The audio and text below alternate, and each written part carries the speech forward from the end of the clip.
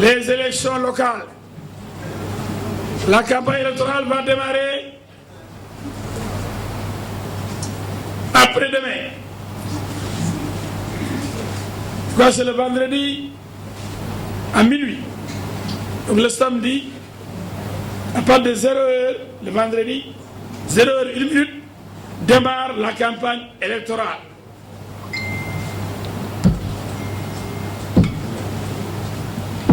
Notre parti, le Parti des travailleurs et du peuple, le PTP,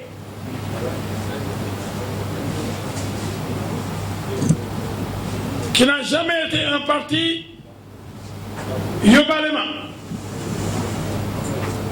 Et les gens doivent apprendre à connaître notre parti. Nous sommes allés seuls aux élections législatives de 2012, après avoir élu Macky Sall dans Benno Bokk Yakaar. Nous avons dit au président Macky Sall, doo ñu may député, ñu ànd ak yow ak Moustapha Niasse, feu Ousmane Tanor Dieng, feu Amath Dansokho, professeur Ablaye Bakili, professeur Momar Samb, Landing Savané ak ñeneen ak ñeneen. ñun kenn rek ñu génn uti député bàyyi leen ñoom Benno Bokk Yaakaar bi ñu bokk am benn député muy Plus Forest ñun nangu ko loolu nag nangu ko.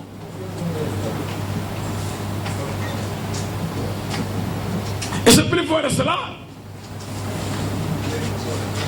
c'était très difficile, très compliqué, parce que Macky Sall venait d'être élu chef de l'État. C'était l'état de grâce. Nous avons osé aller seuls. Même le PS n'osait pas le faire, l'APR n'osait pas le faire, l'AFP n'osait pas le faire. Et nous étions tous ensemble. Et le PIT et la LD. Le PTP est allé seul. 2014, nous sommes allés au local. J'étais candidat à la mairie de Kaolack. J'ai été battu. Je l'accepte. J'aurais pu être derrière Mariama Sarr, j'ai dit ñett. bu ngeen di war ay parti yóbbaale ma xooleen ko feneen waaye bu leen xool El Hadj Diouf dafa am fulla am fayda. Pourquoi Pastef n'ose pas aller au local et aux législatives qui viennent? Pastef avait les Plus Forest et au local là, Pastef n'aura pas 1%. Pourquoi Pastef n'a pas de candidat à Dakar et allé soutenir Barthélémy Dias pour Soham El Wardini? Parce que Pastef n'a rien à Dakar. À Saint-Louis, Pastef n'a rien. À Kaolack, qui connaît un Pastefien là-bas? À Nioro, à Tamba, à Kolda, à Matam, à Pape Djibril Ngom, qui est parti avec leur liste parce qu'ils n'ont personne. Ah, boo jox liste boo jox kii wóolu ku ñu wóolu koo xam ni ànd ak ñoom sax kon amuñ fa dara. Donc ces coalitions là de Sonko avec les Khalifa Sall là, Bougane Gueye est le seul à comprendre, les magouilles de Sonko. Il a très tôt déjoué les manœuvres de Sonko, qui voulait utiliser les gens parce qu'il n'y avait pas de candidat. Même Pape Alé Niang, qui roule pour Sonko, l'a dit, il lui a dit bàyyil fu xale parce que yow amuloo ay identité remarquable à part yow kenn pour gagner fenn mu ne ma benn waaye Pastef bu mën gagner benn commune Sénégal xëy na yow kon ubbeekul xam ne ñoom Khalifa Sall am nañu ay maire de avant yow ay Madiop ay Bamba mi nga xam ne moom Cheikh ba léegi day jël dafay gagner ñoom ñaar ñëpp samay waay lañ mais Bamba jeexal la xam ngeen Cheikh ba militaire yëpp moo ko moom léegi ndax mu nga taxaw fu nekk ci xale yi ci jigéen ñi ci koñ yi ma ànd ak moom gis li muy def xam ne Cheikh Messi moo ñëw pour dugal bi te moom jàmm la woote ma ñaan Bamba nag mun na ko jàmm ñu ànd ci jàmm ñu kaye ko ci jàmm mu abal Cheikh mu jël liggéey la Médina. Noonu aussi Diouf Sarr un cadre ki li seqal liggéey yéen xam ngeen Barthélémy Dias lu mës a liggéey Sénégal wala bu nga xamalee fu ma sa liggéeyee rek moom fu ma sa liggéeyee wala moo ko rek chômeur yi la bokk de chômeur invétéré fu mu jàngee kenn xamu ko lan la ingénieur la déedéet professeur la déedéet diplomate la déedéet parce juriste la déedéet papaam juriste la administrateur civil la cadre la Jean Paul Dias waaye doom gi du cadre Barthélémy yow mën a yore mairie Dakar lu toll ni Dakar di ko jox am américain tamit Barth américain la xam ngeen ko yow ay France dégage dañuy wax Amérique dégage te ñoo bokk kan sama gars yi ñoo naafeq yow américain yow chômeur yow di histoire yow bëggu ci jàmm dara yow saaga rek ngay def yow dóori rek ngay def waaw dañoo bëgg ab kilifa rek Dakar kilifa ko war a yor soo Martini kilifa la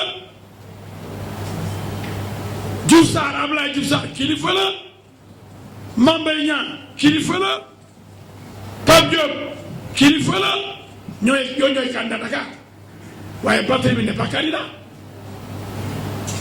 Bougane Gueye Dany kilifa la mais listam dañ koy déposé baaxul ah da doo ko jox Bamba Fall daa ko déposé ko ba Bamba ko rey ba mu dee Bougane xam naa ne moom ku jëppi Bamba Fall moom doo ko ci jiitu booba demee xooluma ko li ñu ma jox damaa dem ndeke manqué na ay tur waaye bu manqué ay tur kay la liste est irrecevable mais li ma ciy neex mais Bougane gën na la de ndeke Bougane xam na ni Barth du gagné Mermoz Barth xam ne du gagné mairie de Dakar na Diouf Sarr lay gagné boo tax mu dem Mermoz aussi nekk fa candidat alors que mënoon na yem Dakar rek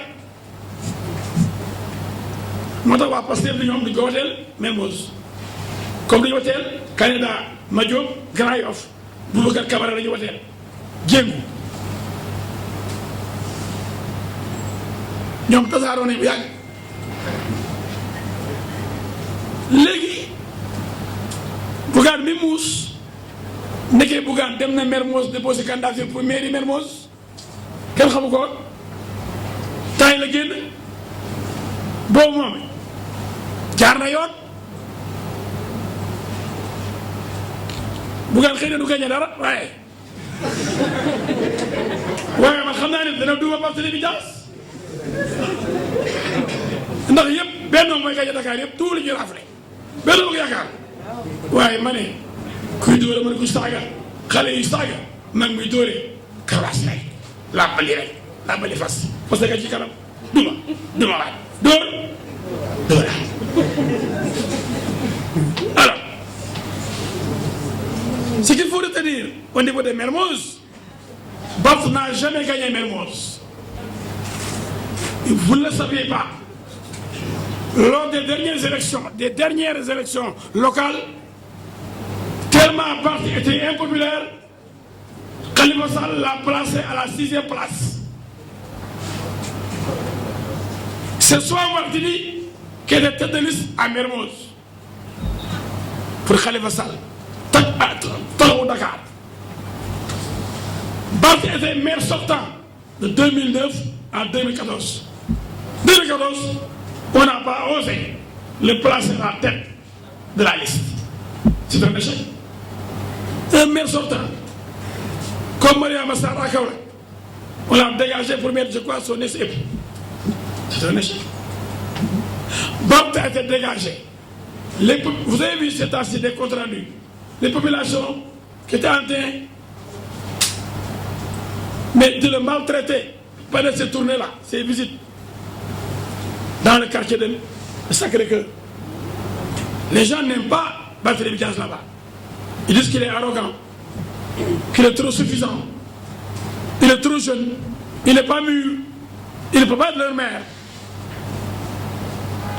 Et ils ont élu Soham Wardini. Mais après, Khalifa Sall a demandé à Soham de laisser Barth diriger la mairie de Mermoz. Donc c'est Soham qui était tête de liste majoritaire. Si on n'avait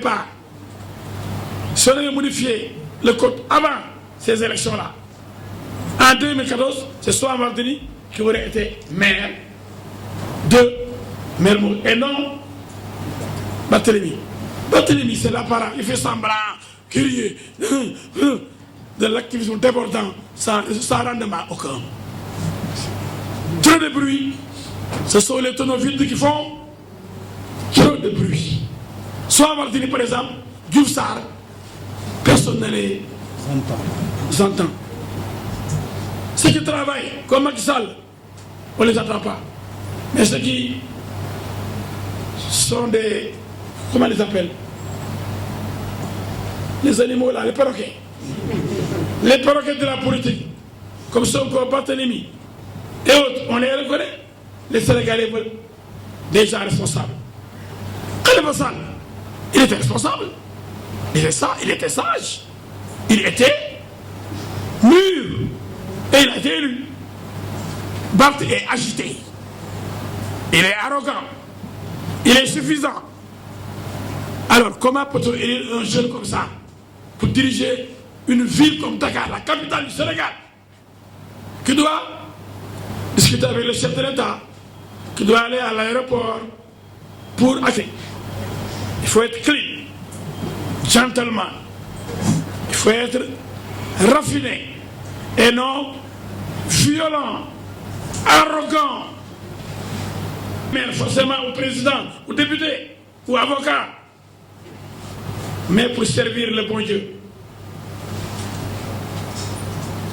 Pour être esclave de Allah. Maintenant, nul ne peut échapper à son destin. Quiconque devant être maire le sera. Mais ce n'est pas en forçant, en convoquant une deuxième vague dévastatrice qu'on va gagner les élections. Conscience. Conscience. Sens des responsabilités. Dignité. Amour pour la patrie. Tout cela est au-dessus de l'occupation d'une station étatique. Les hommes meurent, les institutions demeurent, l'État demeure, les milliardaires meurent, les présidents meurent, les ministres meurent, les maires meurent, l'État reste debout. On doit sauver cet État, notre cher Sénégal, pour que vive la dignité, le bonheur, la prospérité au Sénégal. Pour que règne l'ordre, la paix et l'amour. Il faut aimer son prochain. Je vous aime tous. Je vous remercie. Je suis à votre disposition si vous avez des questions. Je ne sais pas dans Wolof et en français pour vous donner des éléments.